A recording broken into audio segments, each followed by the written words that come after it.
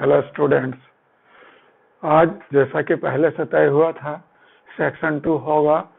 Section 2 में मैं एक टॉपिक ऑलरेडी पढ़ा चुका हूं जिसको भारतीय प्रशासन का विकास कहते हैं।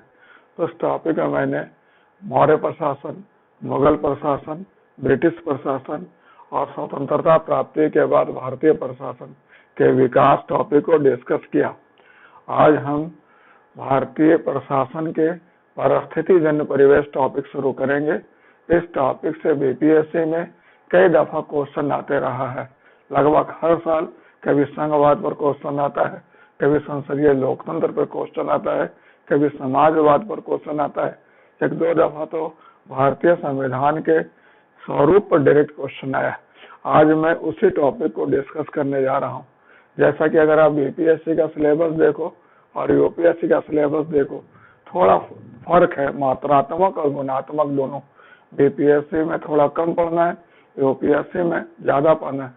बीपीएससी में इस टॉपिक का नाम है भारतीय प्रशासन के परिस्थिति जन्य परिवेश और यूपीएससी में इस टॉपिक का नाम है भारतीय प्रशासन के संवैधानिक और दार्शनिक ढांचा। क्लियर है? तो थोड़ा हम लोग देखते हैं भारतीय प्रशासन के परिस्थिति जन्य परिवेश का मतलब क्या होता है। जैसा कि अगर आप देखो कि भारतीय प्रशासन भी लोग आमतौर पर जो हम समझते हैं कि लोक प्रशासन एक पारिस्थितिक अवधारणा है, तो भारतीय प्रशासन भी पारिस्थितिक हो गया। तो पारिस्थितिकी होने का मतलब क्या हुआ कि भारतीय प्रशासन का भारतीय पर्यावरण के साथ गहरा संबंध है। भारतीय पर्यावरण, भारत के पर्यावरण विभिन्न सामाजिक, आर्थिक, सांस्कृतिक भारतीय प्रशासन को प्रभावित करते हैं और भारतीय प्रशासन इन्हें प्रभावित करता है। तो भारतीय प्रशासन के परिस्थिति जन्य परिवेश में सबसे बड़ा और सबसे महत्वपूर्ण संविधान हुआ। और संविधान के मूल्य हुए, संविधान के आदर्श हुए, संविधान के प्रावधान और विशेषता हुए जो भारतीय प्रशासन को सबसे ज्यादा प्रभावित करता है।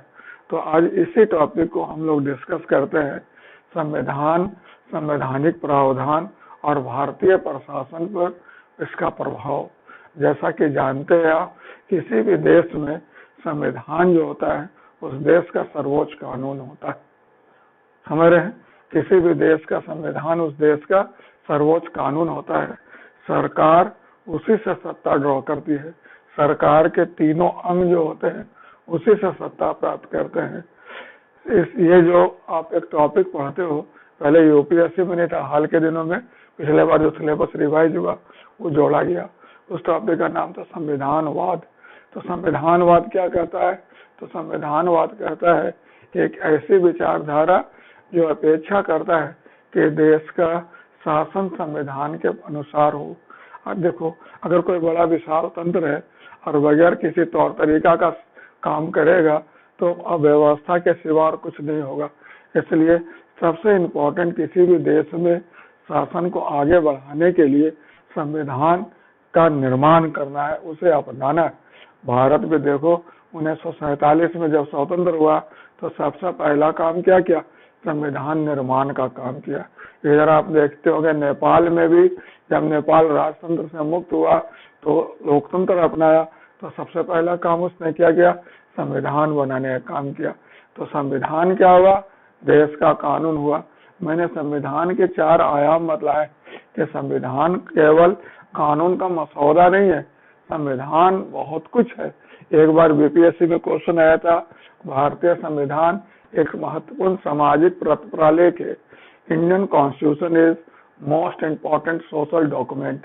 तो सामाजिक दस्तावेज होने का मतलब क्या हुआ कि भारतीय समाज के बारे में सर्वाधिक जानकारी, सर्वाधिक विश्वसनीय जानकारी, सर्वाधिक कह सकते विस्तृत जानकारी भारतीय संविधान से मिल जाता है। अगर कोई व्यक्ति भारत के बारे में कुछ नहीं जानता है, भारत में कभी आया भी नहीं है, भारत के बारे में केवल सुन रखा है और उसके हाथ संविधान पढ़ जाता है और उस भारत के संविधान पढ़ लेता है, तो उसे भारतीय समाज के बारे में बहुत सारी जानकारी मिल सकती है। तो जैसा कि आप जानते हो कि व्यक्ति से क्या बनता है? समाज बनता है। समाज के बहुत सारे घटक होते हैं, हमारे उसमें एक महत्वपूर्ण घटक होता है राजनीतिक समाज। उस राजनीतिक समाज को ही हम राज्य कहते हैं। उसी राज्य को कोई देश कहते हैं, कोई वतन कहते हैं। कोई राष्ट्र कहते हैं। क्लियर है? तो जो राष्ट्र हुआ, राज्य हुआ, देश हुआ, अब उसको चलाने के लिए कोई कानून तो चाहिए ना, कोई व्यवस्था तो चाहिए ना। तो उस देश के जो सर्वोच्च कानून हुआ वो संविधान कहलाया। क्लियर है? तो संविधान इस प्रकार किससे जुड़ा हुआ है? संविधान इस प्रकार राष्ट्र से जुड़ा हुआ है, संविधान इस प्रकार समाज से जुड़ा हुआ है, संविधान इस प्रकार भारत के हर लोग या हर आदमी से जुड़ा हुआ है। तो उस हिसाब से आप क्या बोलते हो कि भारतीय संविधान हुआ या किसी भी देश का संविधान हुआ, उस देश का सर्वाधिक महत्वपूर्ण सामाजिक दस्तावेज आप मान सकते हो। दूसरा, यह देश का सर्वोच्च कानून है, सर्वोच्च विधि है। सभी विधि देश के इसी के सबऑर्डिनेट रहती है, इसी के इन अकॉर्डेंस होती है। कोई विधि इसके अगर खिलाफ है तो न्यायपालिका इसकी समीक्षा करके उसे निरस्त कर सकती है। तो देश में सर्वाधिक महत्वपूर्ण सर्वोच्च कानून अगर कोई है तो देश का संविधान हुआ। जैसे आपको मैंने बताया, यह संविधान सत्ता का स्रोत हुआ। सत्ता का स्रोत का मतलब क्या हुआ? विधायिका लो, कार्यपालिका लो, न्यायपालिका लो, जितने भी हैं, नौकरशाही, सभी जितनी व्यवस्था है, जनता, सब सत्ता कहाँ से ड्रॉ कर रहा है? संविधान से ड्रॉ कर रहा है। तो संविधान क्या? सत्ता का स्रोत है। समझ रहे हैं? मतलब सब इसी से सत्ता ड्रॉ करते हैं और कुछ तो इसके प्रति जवाबदेह, जैसे न्यायपालिका इससे सत्ता ड्रॉ करती है और इसके प्रति जवाबदेह, राष्ट्रपति इससे सत्ता ड्रॉ करते हैं और इसके प्रति जवाबदेह होते हैं। क्लियर है? There is no confusion. अब हम लोग देखते हैं last but not the least कि भारतीय संविधान जो हुआ वह देश का पवित्रतम ग्रंथ हुआ, सबसे मोस्ट सेक्रेड डॉक्यूमेंट हुआ, मतलब ग्रंथ हुआ, महाकाव्य का दर्शन कर सकते हो। मतलब देश का सर्वाधिक महत्वपूर्ण, सर्वाधिक पवित्र ग्रंथ रामायण महाभारत अगर है तो राजनीतिक परिदृश्य में कौन हुआ? संविधान हुआ। देखा आपने पिछले दिनों जो मंत्री परिषद का गठन हो रहा था तो प्रधानमंत्री ने क्या किया था कि संविधान के समक्ष नतमस्तक किया और कहा कि भारत का संविधान जो है वह देश का सर्वाधिक महत्वपूर्ण ग्रंथ है। कभी भी किसी को किसी भी मामले में कोई कंफ्यूजन है, संविधान के बाद अध्ययन कर ले, उससे बहुत सारा चीज आपका खुलासा हो जाता है। क्लियर है? There is no confusion. तो संविधान, भारतीय संविधान केवल और केवल एक कानून का मसौदा नहीं है, यह केवल देश का सर्वोच्च कानून नहीं है, बल्कि इसके और भी कई आयाम है। जैसे यह सामाजिक दस्तावेज हुआ, यह सत्ता का स्रोत हुआ, या पवित्रतम ग्रंथ हुआ, वगैरह वगैरह। क्लियर है? अब होता क्या है कि भारतीय संविधान के प्रावधान और विशेषता, एक दफा बीपीएससी में क्वेश्चन आया था, जैसे कि आपको देखोगे ये आया है, संभवतः ये क्वेश्चन आया था 43वां बीपीएससी में। क्वेश्चन कहता है कि भारतीय संविधान के उन मुख्य प्रावधानों की समीक्षा कीजिए जो भारतीय प्रशासनिक व्यवस्था के संरचना और प्रकृति को प्रभावित करते हैं। तो इसका मतलब क्या हुआ कि संविधान के प्रावधान और संविधान के विशेषता में क्या फर्क हुआ? वैसे तो किसी भी व्यक्ति से पूछो, इवन जो 7वां 8वां में पढ़ता है, उससे पूछो कि भारतीय संविधान की क्या विशेषता है, तो देशिक विशेषता तो बतला ही देगा। जैसे आप ही बतलाओ भारतीय संविधान की क्या विशेषता? तो भारतीय संविधान की विशेषता कि यह विश्व का सर्वाधिक विशाल लिखित संविधान है। इसमें इतने अनुच्छेद है, इतने अनुसूची, इतने भाग है। समझ रहे हैं कि इस हिसाब से समझ, शुरू में बना था संविधान तो कितना था? 9, मान लो कह सकते हो शुरू में क्या था? 8 अनुसूची था, नंबर 1। फिर उसके बाद आप देखते हो 395 अनुच्छेद थे और 22 भाग थे। अभी देखो तो 25 भाग हो गए, करीब 450 से भी ज्यादा अनुच्छेद है और 12 अनुसूचियां हो गई। तो इस तरह संविधान देश का सर्वाधिक महत्वपूर्ण लिखित संविधान मानते विश्व का, क्योंकि यहाँ पर कुछ भी चीज स्वविवेक पर छोड़ा नहीं गया है, बल्कि सब चीज को स्पेसिफाइड कर दिया गया है, इसलिए संविधान इतना बड़ा हो गया है। दूसरा विशेषता मान सकते हो कि यह विभिन्न संविधान विभिन्न स्रोतों से प्रेरित है, मतलब इसके निर्माण में विभिन्न संविधानों का सहयोग लिया गया। अमेरिका, इंग्लैंड, समझ रहे हैं, आयरलैंड, फ्रांस, जर्मनी, बहुत सारे देशों का संविधान से इसमें प्रेरणा ली गई है। समझ रहे, उनके देशों के अच्छे प्रावधानों को स्वीकार किया गया है। उसके अलावा यह ब्रिटिश कालिक कानून जो भारत सरकार अधिनियम है उससे भी बहुत ज्यादा प्रेरित है और उसके बहुत सारे प्रावधानों को इसने क्या किया, अपनाए। तीसरा कह सकते हो कि भारतीय संविधान जो है लोचकता और उलचकता दोनों का सम्मिश्रण है। It is blend of rigidity and flexibility. संविधान के कई प्रावधान है जो सामान्यतः हल्के तरीके से भी संशोधन किया जा सकता है और कई संशोधन ऐसे होते हैं जिसमें विशेष बहुमत की जरूरत होती है। कुछ ऐसे भी होते हैं जिसमें विशेष बहुमत के अलावे आधे से अधिक राज्यों की सहमति की भी जरूरत होती है और इसके बावजूद कुछ ऐसे भी है जिसमें आप संशोधन कर ही नहीं सकते हो, जैसे देश का संविधान का या संविधान का मौलिक ढांचा को आप संशोधित नहीं कर सकते, प्रभावित नहीं कर सकते। क्लियर है। फिर कह सकते हैं भारत में पार्लियामेंट्री फॉर्म ऑफ गवर्नमेंट लिया गया, संसदीय लोकतांत्रिक शासन प्रणाली। समझ रहे ये कहाँ से लिया गया है, इंग्लैंड से लिया गया, क्योंकि भारत लंबे अरसे तक इंग्लैंड के तहत रहा। संसदीय शासन प्रणाली मंत्री जवाबदेहिता के सिद्धांत पर आधारित होता है, जैसे मंत्री अपने विभाग और मंत्रालय के क्रियाकलापों के लिए विधायिका के प्रति जवाबदेह होता है। तो ये बड़ा इंपॉर्टेंट है। नेक्स्ट पॉइंट कह सकते हो कि इसमें संसदीय संप्रभुता और न्यायिक सर्वोच्चता का सम्मिश्रण है। इसमें कुछ मायने में संसद को संप्रभु दिखलाया गया है और कुछ मायने में न्यायपालिका को सर्वोच्च दिखलाया गया है और दोनों के बीच में जैसा कि आपको पता है न्यायाधीशों के हटाने का अधिकार क्या है, प्रावधान क्या है, तो न्यायाधीशों को हटाने का प्रावधान यही है कि संसद में अगर विशेष मतलब कह सकते महाभियोग का प्रावधान लाना पड़ता है और संसद ही सर्वोच्च न्यायालय या उच्च न्यायालय के न्यायाधीश को हटा सकते हैं। यानी सरकार नहीं हटा सकती है, कार्यपालिका नहीं हटा सकती है, केवल संसद ही हटा सकती है। संसद ही तय करती है कि न्यायपालिका में कितने जज होंगे और कौन न्यायपालिका का अधिकार कार्य वगैरह क्या होगा। और न्यायपालिका को क्या अधिकार है, न्यायपालिका को अधिकार है कि वह संसद द्वारा बनाए गए विधि की समीक्षा कर सकता है और भी संविधान के उल्लंघन की स्थिति में उसे निरस्त भी कर सकता है। तो दोनों का अपना अपना मामला है। न्यायिक समीक्षा के मामले में संविधान जो है ये क्या कहते हैं न्यायपालिका बाजी मार रखा है और वहीं पर अगर देखा जाए संसद का जो मतलब संप्रभुता का सवाल है उस मामले में संसद सर्वोच्च है और उसे न्यायपालिका के कार्य व्यवहार अधिकार इत्यादि को नियमित करने का अधिकार। भारत में आप देखते हो एकीकृत और पृथक न्यायपालिका का प्रावधान किया गया है। एकीकृत का मतलब क्या हुआ, सर्वोच्च न्यायालय, उच्च न्यायालय, अधीनस्थ न्यायालय सब जुड़े हुए हैं। और स्वतंत्र का मतलब क्या हुआ, केंद्र सरकार और राज्य सरकार से बाहर, उसके प्रभाव क्षेत्र से बाहर हुआ। यह भारतीय प्रशासन को एक अलग रूप प्रदान करता है। तो इस पर हम लोग वर्कआउट करेंगे। फिर आप देखते हो कि भारतीय नेक्स्ट फीचर भी विशेषता है कि संघीय विशेषता वाला मतलब एक एकात्मक विशेषता वाला संघीय प्रणाली है। यानी कि ये संघीय प्रणाली तो है लेकिन इसमें एकात्मक विशेषता है, अभिन्नति है, मतलब यूनिटरी फीचर बहुत ज्यादा है। सम और विषम दोनों परिस्थिति में ये एकात्मक ज्यादा और संघात्मक कम प्रतीत होता है। फिर उसके अलावा क्या देखते हो, भारतीय संविधान में फंडामेंटल राइट्स का प्रावधान किया गया कि अमेरिका के संविधान से लिया गया है। समझ रहे, जिसमें क्या है, लोगों के सर्वांगीण विकास के लिए जिन चीजों की आवश्यकता होती है उसे भारतीय संविधान ने अधिकार के रूप में दे रखा है, उसी को मौलिक अधिकार कहते हैं।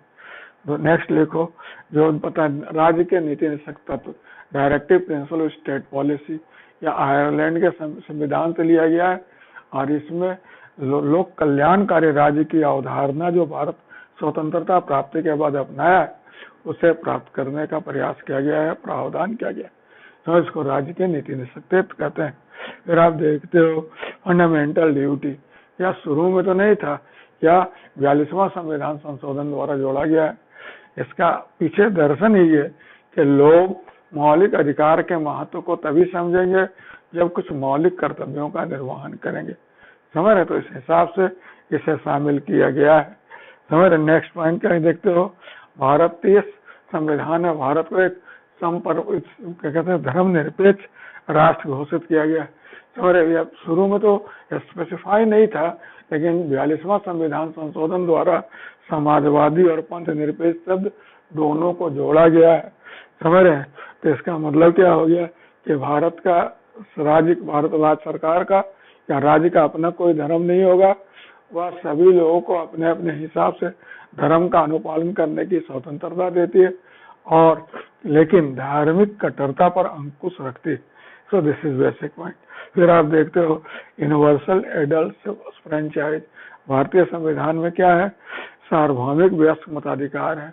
जो भी 18 वर्ष या उससे अधिक के नागरिक है उसे मतदान का अधिकार। ये भारतीय प्रशासन का महत्वपूर्ण विशेषता हुआ।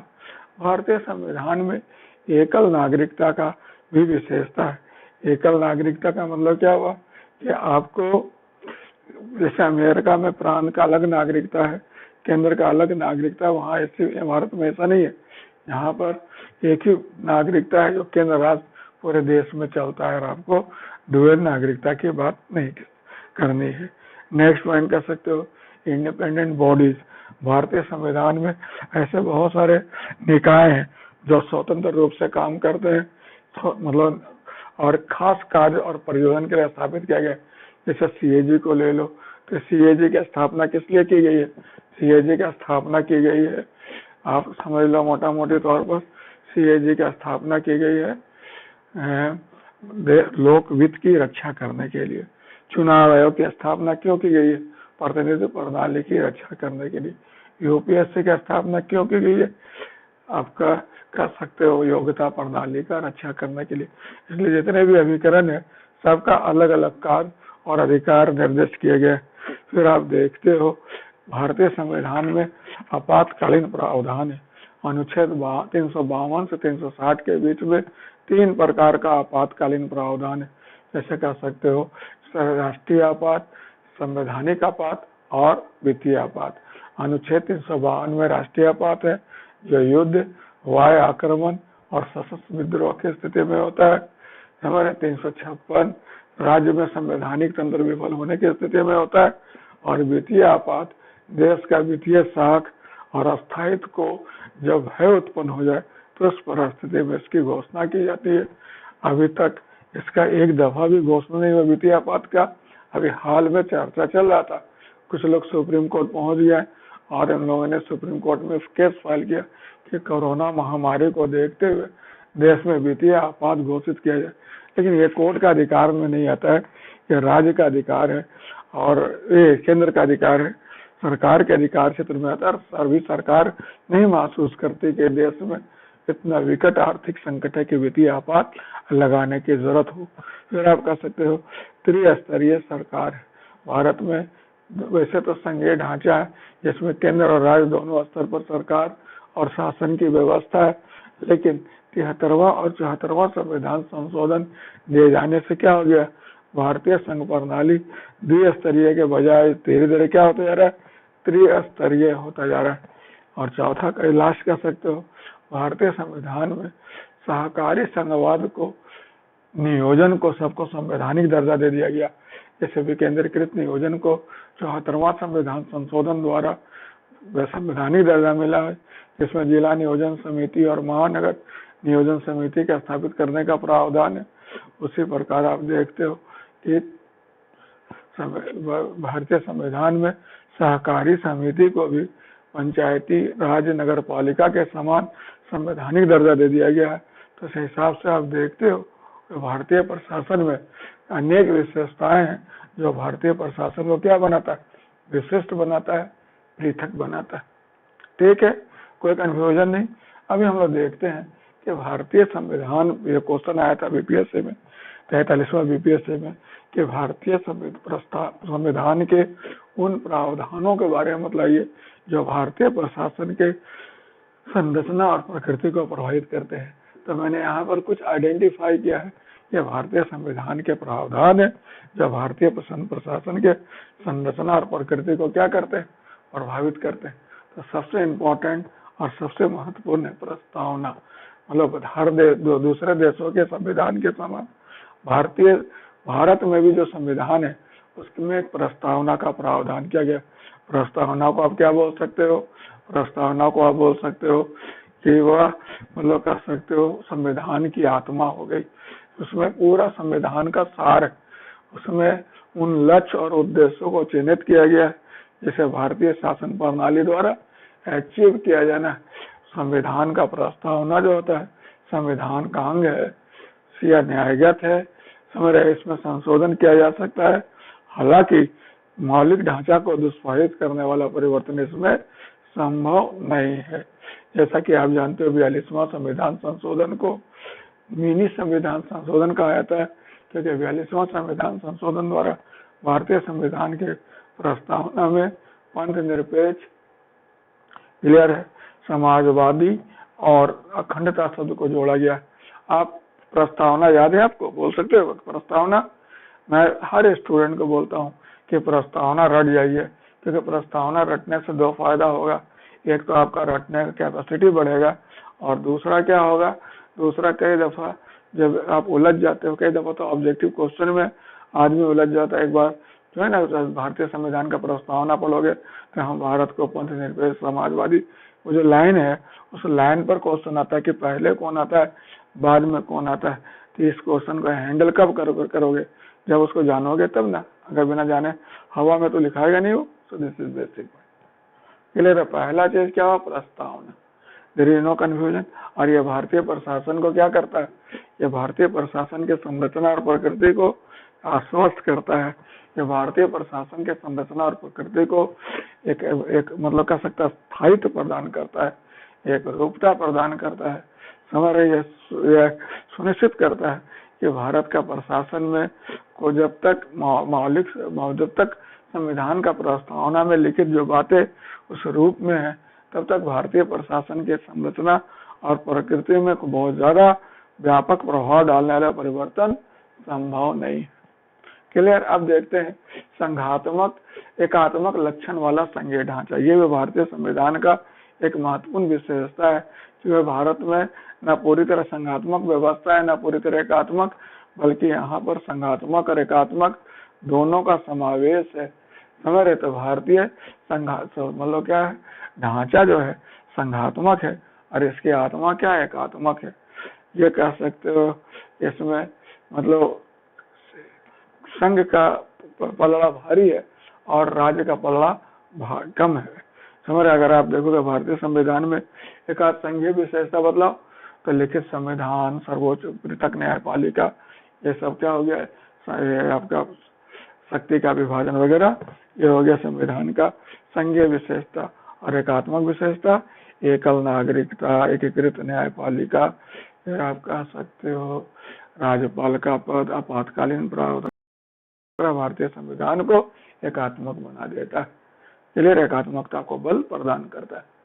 नेक्स्ट पॉइंट कर लो, जैसा कहते हैं ना कि मौलिक अधिकार, राजकीय नीति तत्व और फंडामेंटल ड्यूटी, तीनों का मैंने एक ही जगह एक ही पॉइंट पर पॉइंट आउट किया है कि फंडामेंटल राइट, ये तीनों जो है ना तीनों अलग अलग नहीं है, तीनों जुड़कर ही वर्चुअली क्या होता है। इधर आप फंडामेंटल राइट्स ले लो, इधर DPSP ले लो और यहाँ पर ले लो फंडामेंटल ड्यूटी ले लो। समझ रहे? अगर तीनों जो है, तीनों के कोर में कौन है? तीनों के कोर पे पब्लिक है, सिटीजन होगा। तीनों के कोर पे कौन है? सिटीजन। समझ रहे? और तीनों प्रभावित करता है और तीनों मिलकर ही एक गुड गवर्नेंस सुनिश्चित करता है। तो मौलिक अधिकार के बारे में 2-4 लाइन बोलिए। तो मौलिक अधिकार अमेरिका के संविधान से लिया गया, बिल ऑफ राइट से। भारतीय संविधान के अनुच्छेद 12 से 35 के बीच में मौलिक अधिकार का उल्लेख है। 6 प्रकार का मौलिक अधिकार मौजूद है वर्तमान में। क्लियर?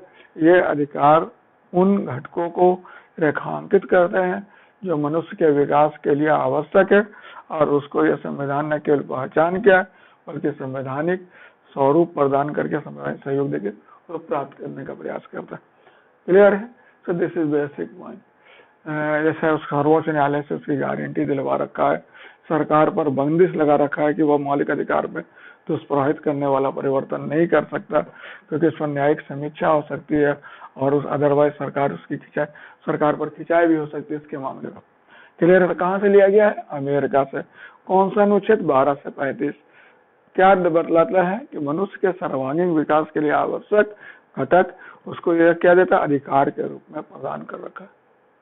क्लियर। अब जरा देखते हैं ये जो है राज्य के नीति निर्देशक तत्व और मौलिक कर्तव्य तीनों एक ही साथ जुड़ा हुआ है। राज्य के नीति निर्देशक तत्व कहाँ से लिया गया है, आयरलैंड से लिया गया है। ये क्या लोक कल्याणकारी राज्य के प्राप्ति की दिशा में एक महत्वपूर्ण कदम है। समझ रहे, इसमें उन शासन के मूल्यों का उल्लेख किया गया है जिनकी अपेक्षा भारतीय संविधान निर्माता स्वतंत्रता प्राप्ति के बाद चाहते थे। ये देश में सामाजिक सांस्कृतिक लोकतंत्र स्थापित करने की दिशा में काम करता है। समझ रहे, भारतीय संविधान के अनुच्छेद 36 से लेकर 51 के बीच में राज्य के नीति निर्देशक तत्व का प्रावधान किया गया है। क्लियर है। और भारतीय संविधान में अनुच्छेद 51 ए के तहत क्या किया गया है, मौलिक कर्तव्य का उल्लेख किया गया। मैंने आपको क्या बताया कि मौलिक कर्तव्य शुरू में नहीं था, ये 42वां संविधान संशोधन द्वारा दिया गया है। और इसके पीछे दर्शन यही है कि नागरिक जब तक अपने कर्तव्य को नहीं समझेंगे तब तक वो अधिकार के महत्व को नहीं समझेंगे।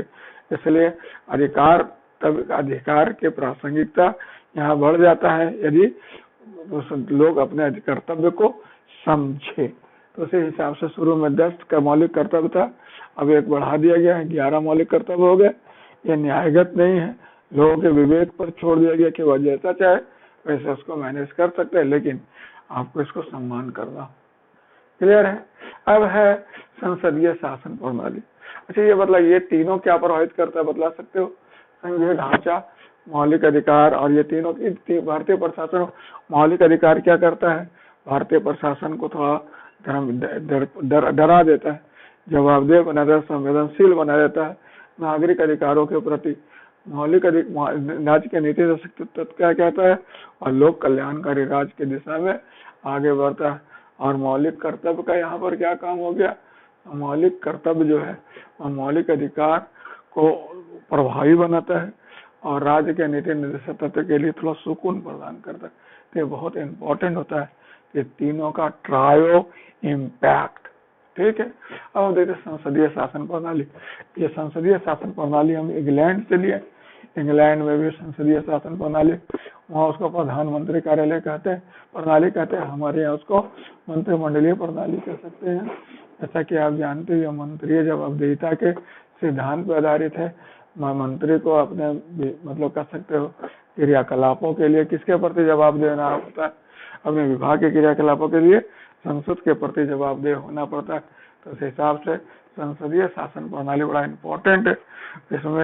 इसने भारतीय प्रशासन में मंत्री और लोक सेवक संबंध को प्रदान किया है। इसने मंत्री और लोक सेवक के बीच संबंधों का एक मतलब विस्तृत अनुभव और ब्यौरा प्रदान किया है। यह वर्चुअली भारतीय प्रशासन में कार्यपालिका के दो प्रधान बना रखा है। इसमें कार्यपालिका का जो कार्यकाल होता है, खासतौर पर राजनीतिक कार्यपालिका का कार्यकाल वो क्या रहता है, वह अनिश्चित रहता है, अनियमित है। ये चीज को आपको यहाँ पर पॉइंट आउट करना है। मतलब राजनीतिक कार्यपालिका बहुमत पर निर्भर करता है। जब तक लोकसभा में बहुमत रहेगा आप पद पर हो, बहुमत गया सत्ता से बाहर। अब देखो स्वतंत्र और एकीकृत न्यायपालिका, ये संसदीय लोकतंत्र से और भी खासियत है। जो मंत्री लोक सेवक संबंध देखते हो, जो लोक सेवा में तटस्थता अनामिका का सिद्धांत देखते हो, सबकी उत्पत्ति कहाँ से हुआ है, सबका उत्पत्ति हुआ आपका संसदीय शासन प्रणाली से हुआ है। अगर देखते हैं एकीकृत और स्वतंत्र न्यायपालिका, ये भारतीय संविधान का एक महत्वपूर्ण प्रावधान है कि भारतीय संविधान में एकीकृत और स्वतंत्र न्यायपालिका का प्रावधान किया गया है, जो संघात्मक में एकात्मक प्रवृत्ति को तो बल देता है, लेकिन संघात्मक मतलब कह सकते हो कैरेक्टर को भी बल देता है। जिसे स्वतंत्र न्यायपालिका किसको बल देता है, संघीय व्यवस्था को बल देता है, और एकीकृत न्यायपालिका किस पर बल देता है, एकात्मक व्यवस्था पर बल देता है। समझ रहे। इसके कारण न्यायपालिका का स्वतंत्र और एकीकृत रहने का वजह क्या हुआ, इसका वजह है कि प्रशासन पर जवाबदेही बना रहता है, प्रशासन इनके हितों में रहकर काम करती है। समझ रहे हैं। मतलब देश में संवेदनशील और उत्तरदायी प्रशासन सुनिश्चित हो सकता है। तो उस हिसाब से आप देखते हो कि स्वतंत्र और एकीकृत न्यायपालिका, समझ रहे हैं, भारतीय संविधान का महत्वपूर्ण प्रावधान भारतीय प्रशासन को अपने तौर तरीका से व्यापक तौर से प्रभावित करता है। अब देखो आपातकालीन प्रावधान, भारतीय संविधान में अनुच्छेद 352 से 360 के बीच में आपातकालीन प्रावधान है जो विशेष परिस्थितियों से निपटने के लिए प्रदान किया गया। समझ रहे, यह मतलब कह सकते हो कार्यपालिका को समझ ये अवसर देता है कि खास परिस्थिति में वह इनका इस्तेमाल कर सकता है और वर्चुअली क्या है एकात्मक व्यवस्था स्थापित कर सकता है, जिसमें केवल और केवल मतलब एकल मतलब कह सकते केंद्र सरकार का ही प्रभाव रहता है, जिसको आपातकालीन प्रावधान कहते हैं।